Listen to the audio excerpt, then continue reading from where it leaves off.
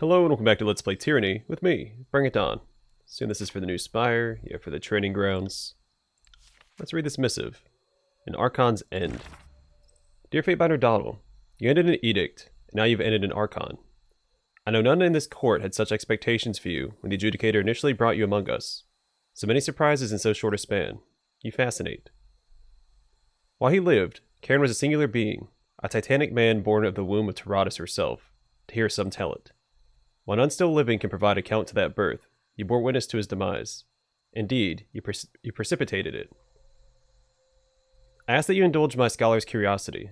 What passed between you and the Archon of Stone in those final moments? Did the ground tear itself asunder, as a widow rends her garments? Did the mountains groan a panegyric to their champion? Were there any final words from Karen, spoken or inscribed? Does the crystal that reportedly protrudes from the cliff faces through azure still glimmer, or has it darkened? I watch eagerly for your bird, Fatebinder Rogulus. You describe the blighted land. Fatebinder Rogulus, how does one depict the death throes of a nation? In the Edict of Stone, Kyros consigned Karen to his doom, but in their ritual, the Earthshakers spread that execution across the entire region. The life drained from the soul even as it faded from Karen's eyes. One could verily feel the stone trying to leech my own life from me, as if I'd eaten stale bread that I already thirsted for a flagon, or when I already thirsted for a flagon. We mark this place, and it may never recover. Fatebinder Donald. And send that away. Alright. So I hear the chorus is touching my stuff. And that just won't do, because that is my stuff. Wait, which spire do I need to go to? Does it say? Yeah, Vendrien's well.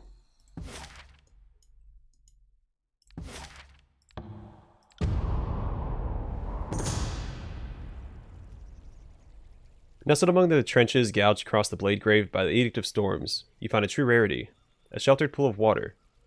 Seemingly fed by a spring, the pool gives way to a pair of thin streams that become choked with grit and rust almost immediately after they snake out from under the shelter of a towering curled sheet of twisted bronze armor. We've read this before. Skeletal arms held together by bunched strands of dried tendon hang from the roof of the unnatural cavern, and a half-broken statue, a pitted graven image of an ancient stalwart queen, protrudes from the wet, suggesting that this may have once been the center of a settlement. Mangy dogs with matted fur and bone-thin deer have collected in the shadows, seeking shelter from the storms that long ravaged this kingdom. Though the deer press themselves deeper into the shadows, the canines growl at your approach, fangs buried behind curled flews. So I can't look at the statue again. Now let's approach the dogs. Hackles rise immediately. The little fur the dogs can boast standing on end as they face you together, barking and growling in chorus. Though atavistic, these poor curs clearly lack the wilderness experience of their more deadly lupine cousins. While they don't approach you, neither do they give way to your advance. Yeah, calm the dogs. You recognize the canines as extremely poorly kempt cousins of the hunting dogs common among the kennels of the aristocracy in Kyros' dominion. Your family bred and trained such animals, not merely to help track game, but to hunt down criminals and agitators who dared flaunt the overlord's authority. You move calmly towards the dogs, standing confidently with raised hands, and address them in a tone both even and firm, a voice that brooks no disobedience, but instead bends to your noble will animals and commoners alike. The barking slowly subsides, and one of the lead dogs steps forward, first sniffing, then licking your presented hand. You scratch it behind the ear, and it pants happily. These dogs pose you no threat. You hunt the deer. You manage to take down one of the deer, sending the others fleeing into the wilderness. You inexpertly butcher the beast, roasting chunks of meat over a fire for a hearty meal. The dogs watch you hungrily from the periphery of your firelight. You toss them the bones and organs you don't find palatable. Leave the small watering hole with a full stomach. Plus 30 endurance and plus 25% potion effectiveness.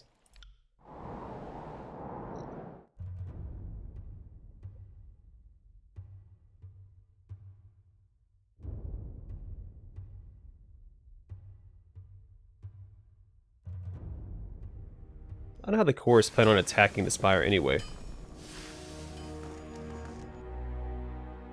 It's not like they can get to the top unless I'm there to help them, right? Sigil of Focused Rain. The scroll contains a magical accent which reduces the area of effect, but increases the number of projectiles of a chaotic descent spell.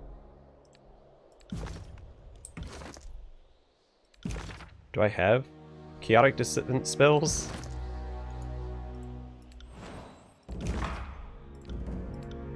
I don't remember that being a thing.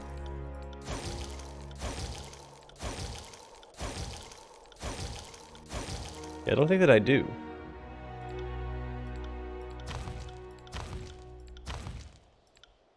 I'm assuming that's an expression that we just haven't found yet. Okay.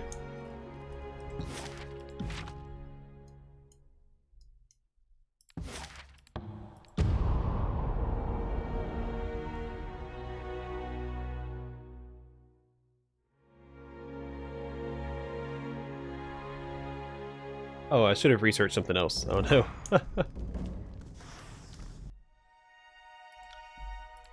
Alright, what next? I guess the Staff of Cairn.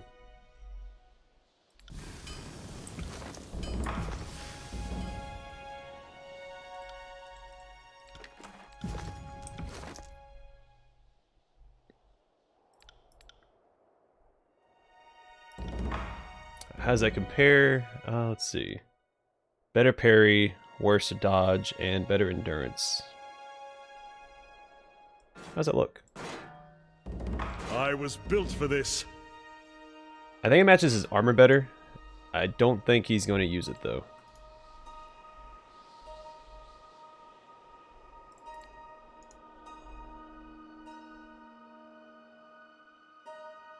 Well, this might be better for him.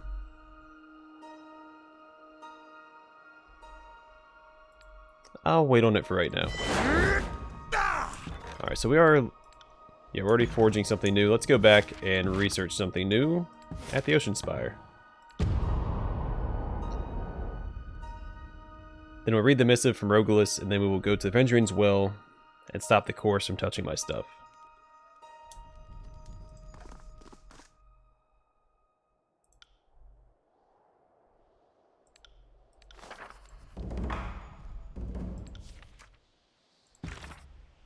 Fatebinder Donald.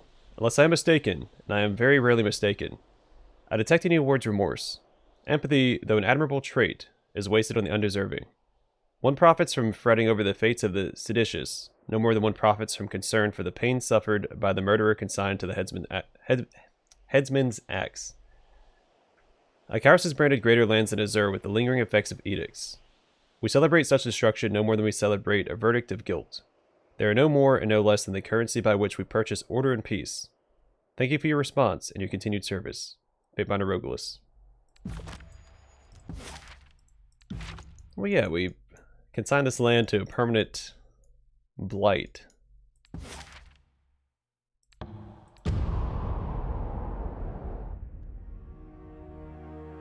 Doesn't feel good.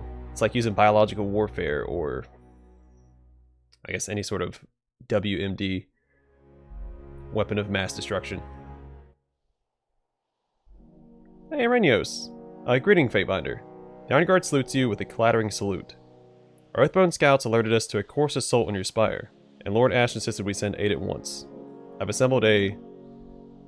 The massive sculpture rumbles, shaking the masonry of the spire, and sending her off balance.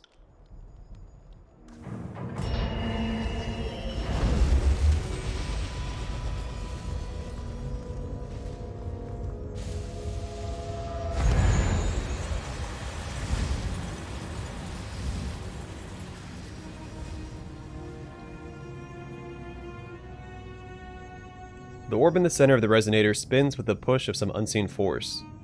Where the structure once exuded warmth, now it gives off a ferocious heat that singes your face the longer you stare into it. A sound like music swarms in the air around the structure, but it's painful, it is harmonious to your ears. Shielding himself from the heat, Elantri has a shout above the discordant music. The energies of this place are swirling about you alone.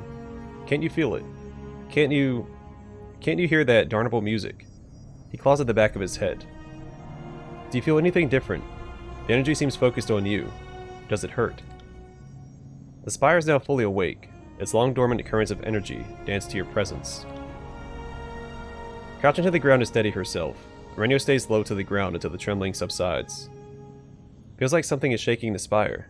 The chorus can't pull off that sort of magic. What in Kyros' name is going on?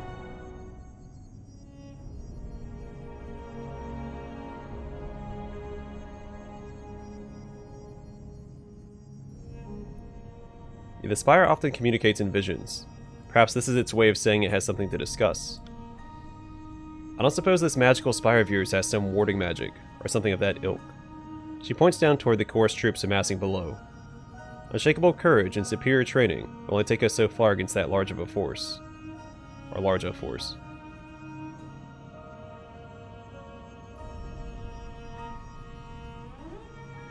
When I broke the Edict of Fire, I was flooded by an intuition of how it all works. I could try proclaiming it without Kyros' words. You would act the Overlord. We're under attack. This is hardly the time for blasphemy, wished for otherwise. She shakes her head with a quiet mutter to Graven Ash. Do it. Shout and yell and pretend you're Kyros.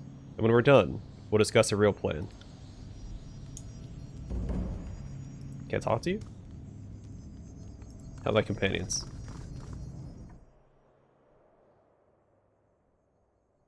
Alpha to kill Fatebinder wants Beast Woman? I would have something new to say. I'm happy that I rescued Leftclaw. Yep. Fatebinder is good Alpha to kills in shadow. Listens to Beast Women's demands like all males should. Must like Beast Woman to fight for former pack whelp. She chuffs and shakes her head. She pants and scratches the back of her mane, hunching forward, closer to you, her breath puffing hot against your neck. Her dark pink tongue lolls, dripping drool on your shoulder as she grins. Beast Woman too likes Fatebinder. Okay, let's keep this, platonic. Right. What is it you need? Good day, Fatebinder. What do you need? My Lord Binder, you have something which requires my attention? What can I do for you? At your service, Fatebinder. What do you need? One moment, my friend. Just let me finish this thought. Alright, let's do it. The mystic hum of the spire pulses to the cadence of your heart. The ancient structure awaits your command.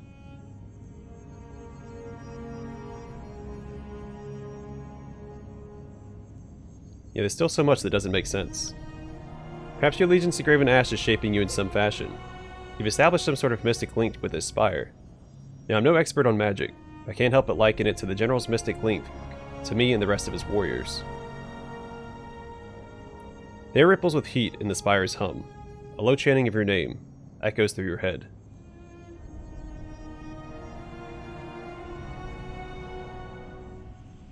I'm not sure who's actually in control here. Is the spire enhancing my powers, or am I fueling the power of the spire? Your mind drifts to bygone days and past events. Along with the rush of memories you know as your own comes a surge of images, voices, and pangs of joy and sadness, either long forgotten or remembered by someone else. The heat of the burning library still radiates in our lungs and heart. While it's a bit disconcerting that you occasionally exhale steam, the effect seems a harmless reminder of the power lurking inside of you. The cloying weight of granite over your head, the pressing slabs of nice against your chest. These memories of care now live in your mind, as is the recipe of his undoing. Pinpricks of electricity spark behind your eyeballs, and the slightest breath in fills your lungs with a rush of moist air. You move to brush rust and bronze dust from your skin, only to realize the sensation is just a phantom itch of the blade grave. They say only the Overlord can create an edict. It's never been clear if the Overlord can destroy an edict. And when an edict is resolved, what becomes of the colossal quantities of mystic energy bound into said edict? The moment you uttered the question, I could see your attention wander off. Did the spire share anything enlightening? The edicts you've encountered crowd into your immediate memory. Whatever splinter or fragments of the edicts you helped to resolve have taken root, flowering into your mind as intuitive understanding.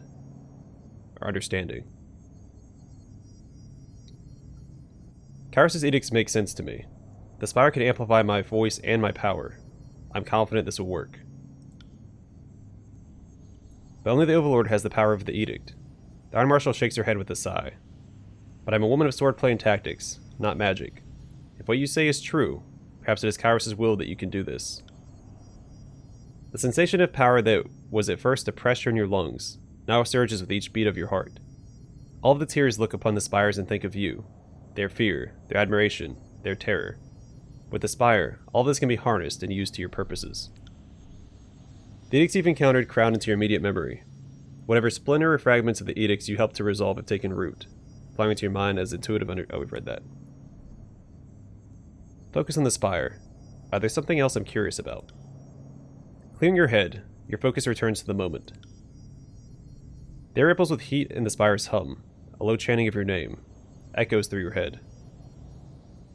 My link to the spire is confounding. Why me? I lay claim to Ascension Hall. You hear your own voice echo in your mind. Let us be free of this edict.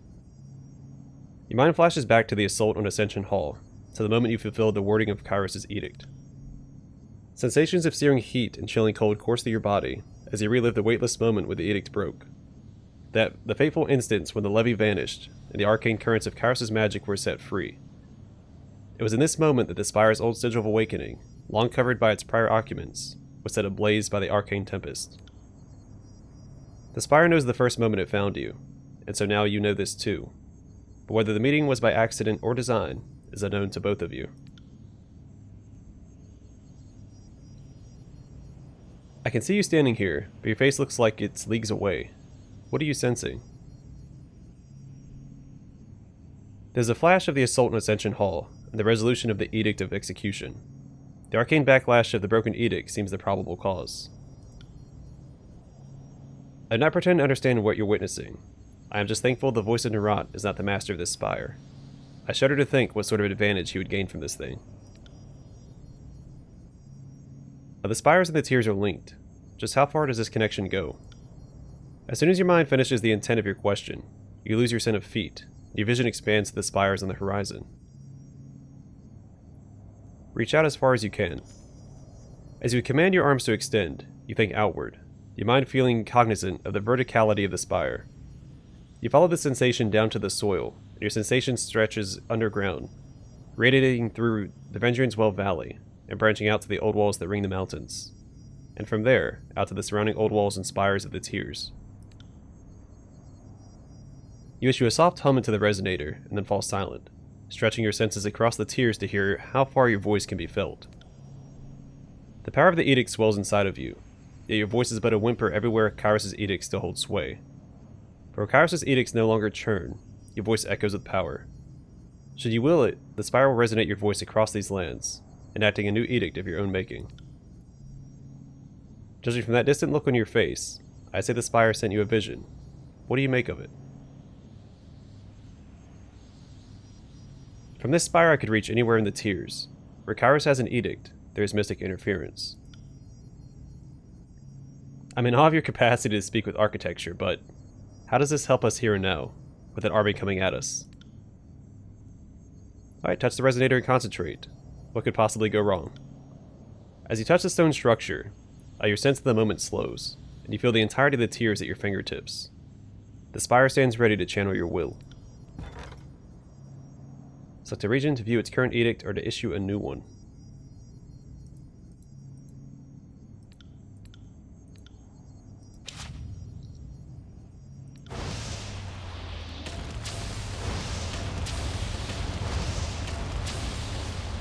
Alright, let's see, party effects for the Edict of Fire. So the Edict of Fire brings the energy of fire to large regions of the world. This generates incredible heat, sometimes flame, as well as strengthening the powers of magic. So for us, we get plus 15 to all magic skills, 15% of frost damage converted to health, and plus 5% potion effectiveness. Exhausting desert-like heat weathers the region and dries up all natural sources of water. All characters have their magic skill increased. The Fatebinder's party also heals a portion of frost damage received, and consumables are far more effective. Foes become fatigued and have a penalty to quickness. So it's the same description. Thank goodness. I'll have to read that twice.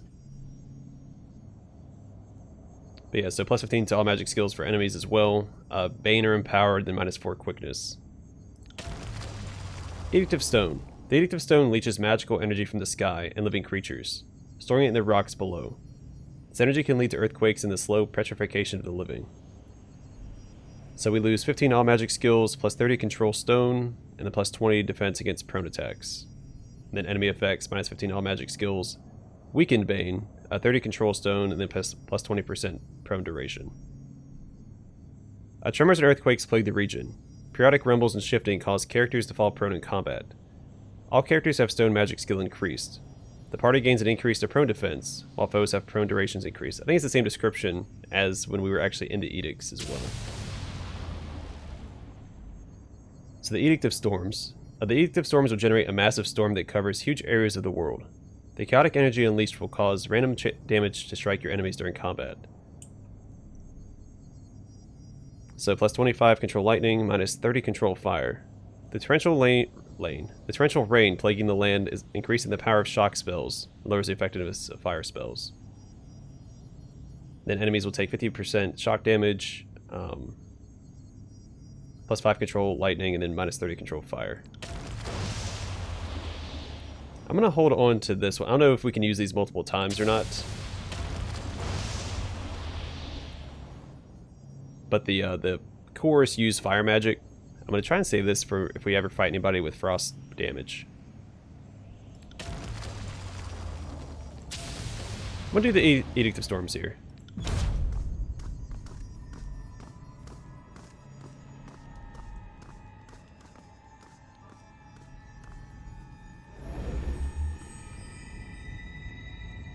Plus, it's the first edict we ever cast. So we're returning to our roots.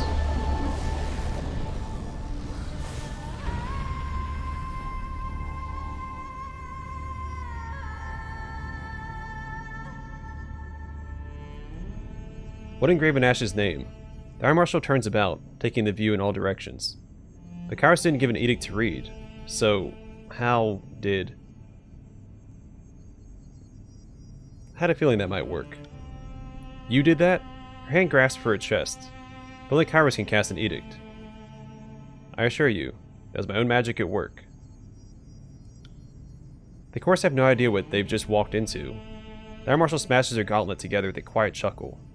Binder, let us strike now. We must seize the moment and swing their panic into a rout. Hoisting her blade in hand, Arrhenios moves toward the exit. Fatebinder, I'll get the carnage started. Join me when you are ready, and we'll deal with whatever rabble remains. So I think I was wrong. I don't have to transport people to the top of the spire. They can do it themselves. What changed? Oh no, the Bane word. My Lord Binder, what can I do for you? Really, no one wants to talk about the edict I just cast. Alright, well let's go counterattack the chorus.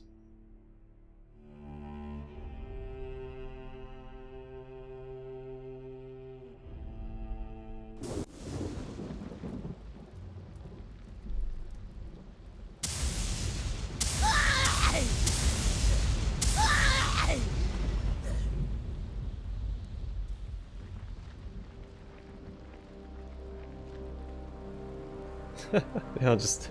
okay.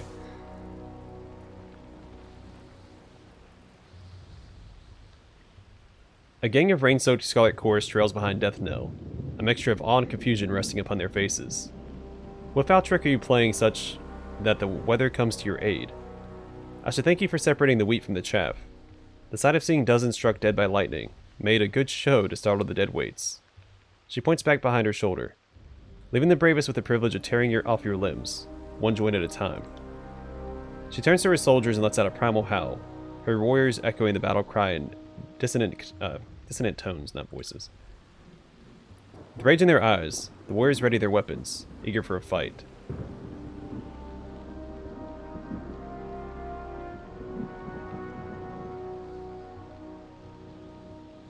You fools, do you not hear me proclaim that edict? Either I cast that edict by myself, or did so with the Overlord's blessing. Think that through very carefully. Do not liken yourself to the Overlord. Your magic may have startled my weaker troops, But your magic is nothing my own blood channers could not affect. Isn't that right?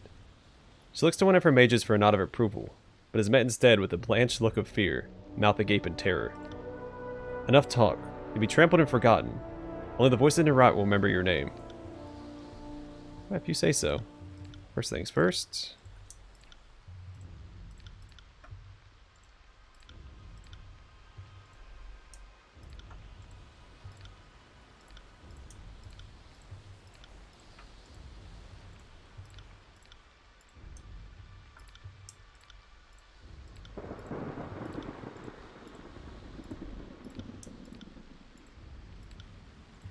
You got it. I will add your name to the dirge of the fallen.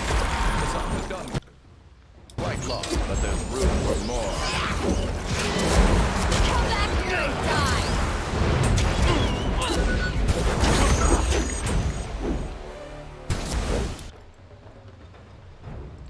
die! I should be in combat yet. You should be casting spells, buddy.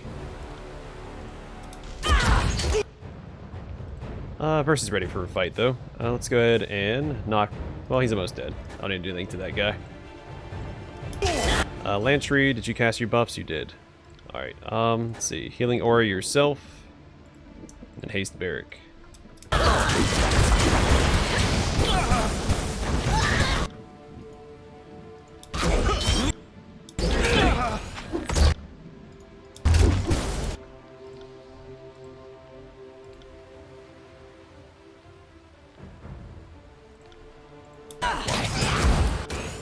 Barrack throw out a taunt right here. Sunder and... Actually, where is...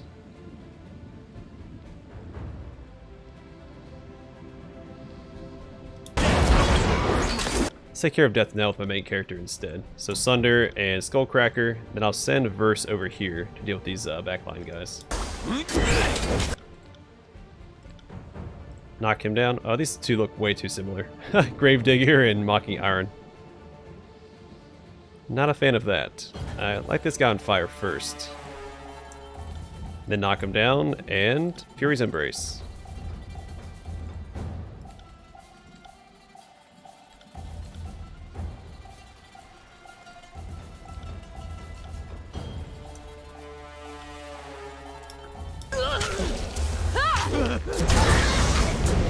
Holy crap.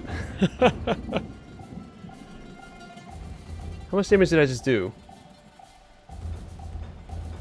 To Death Knell. 213 damage. Alright, well. Another scar? Fine!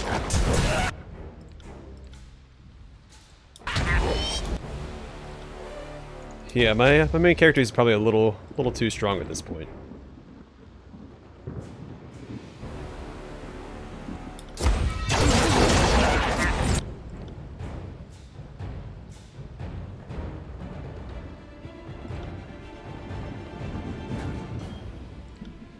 No dice.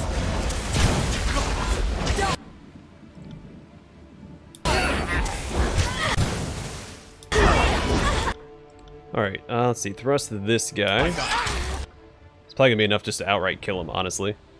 Barrack, heal yourself, and Lantry, where you at, buddy? And throw this out and heal up Barrack.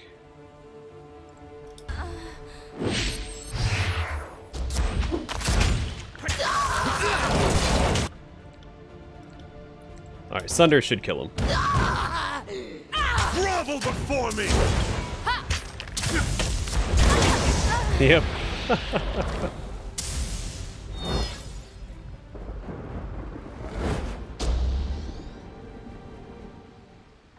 Muffled laughter comes from under Arrhenios' great helm. And that's right, you filthy peasants. Run for your lives. Tell Narat what you saw here. The course is running in every direction. Scattered to the winds, not scattered, you. As it were. The few brave enough to stand their ground against your edict of storms are dead. The day is ours. Leave the cleanup to me and my brethren. You should take your rightful place perched atop the spire. No better way to savor this victory than with a commanding view of your enemy fleeing across the valley. Let me loot first. Another Crimson Great Spear. Awesome. Alright, I'm going to call the episode here. In the next one, we'll go back atop the spire and continue with the main story. See what this whole edict casting business is all about. Can I go outside? I don't think that we can get back out here, can we?